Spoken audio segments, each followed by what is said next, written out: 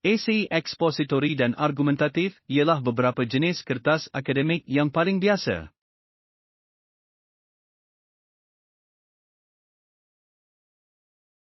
Kerana mereka tidak mempunyai abstrak formal seperti kertas penyelidikan, mereka bergantung pada pernyataan tesis mereka untuk memberikan gambaran keseluruhan tentang perkara yang dibincangkan. Pernyataan tesis untuk karangan argumentatif dan ekspositori hendaklah menggunakan bahasa yang kuat dan tegas, jangan termenung atau tidak pasti. Anda ingin mengambil pendirian tepat pada pembukaan supaya pembaca anda memahami perkara yang cuba ditunjukkan oleh kertas anda.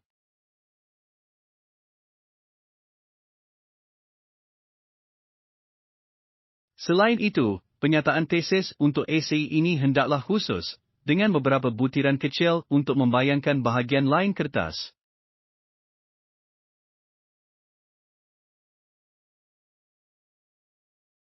Ia tidak cukup untuk sekadar menyatakan maksud anda juga ingin memberikan beberapa bukti asas atau konteks latar belakang untuk melukis gambaran penuh. Jika kertas anda menyelami subtopik atau kategori yang berbeza, cuba muatkannya ke dalam pernyataan tesis jika boleh. Anda tidak perlu mendapatkan butiran di sini, tetapi bagus untuk menyebut bahagian yang berbeza di bahagian atas supaya pembaca tahu apa yang diharapkan. Contoh pernyataan tesis.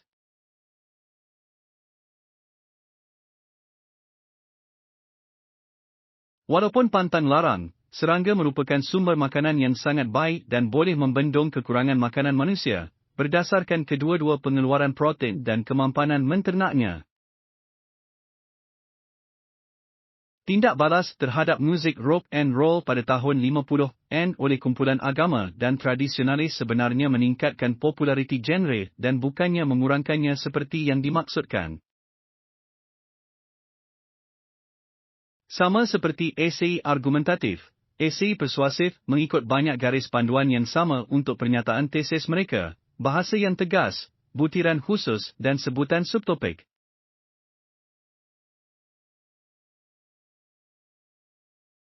Walau bagaimanapun, perbezaan utama ialah, sementara pernyataan tesis untuk esei argumentatif dan ekspositori menyatakan fakta, kenyataan tesis untuk esei persuasif menyatakan pendapat yang jelas. Namun, formatnya adalah sama, dan pendapat sering dianggap seperti fakta, termasuk bahasa konklusif dan memetik bukti untuk menyokong dakwaan anda. Tambahan pula, tidak seperti esei lain, adalah wajar untuk membuat hubungan emosi dalam pernyataan tesis dalam esei persuasif. Ini sebenarnya boleh menjadi strategi bijak untuk memulakan esei anda dengan nota yang lebih peribadi dan berkesan. Contoh pernyataan tesis.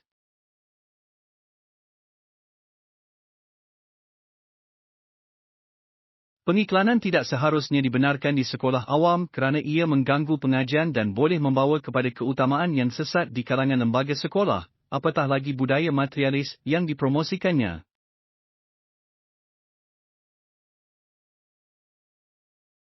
Haiwan peliharaan eksotik memberikan kasih sayang dan persahabatan yang sama seperti haiwan peliharaan konvensional, jadi undang-undang yang mengawal sedia haiwan yang boleh dan tidak boleh dipelihara sebagai haiwan peliharaan harus lebih santai.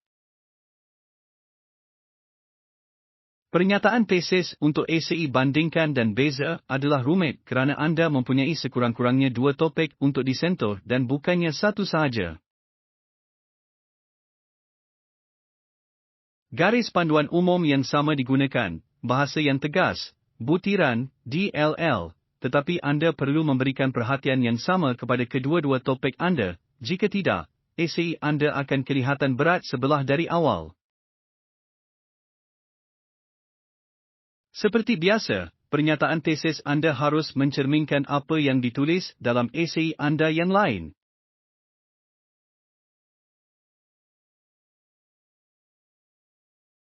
Jika esei anda menghabiskan lebih banyak masa untuk membandingkan daripada membezakan, pernyataan tesis anda harus lebih menumpukan pada persamaan daripada perbezaan.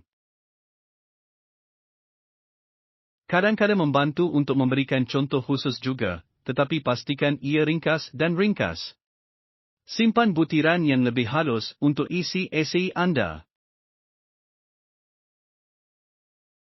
Contoh pernyataan tesis.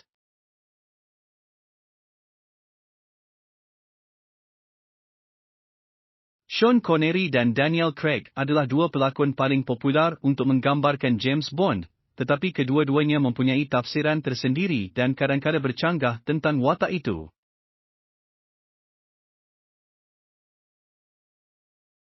Walaupun kapitalisme dan komunisme sering dilihat sebagai diametrik bertentangan, kebenarannya, dalam praktiknya, kedua-dua ideologi cenderung untuk meminjam prinsip antara satu sama lain.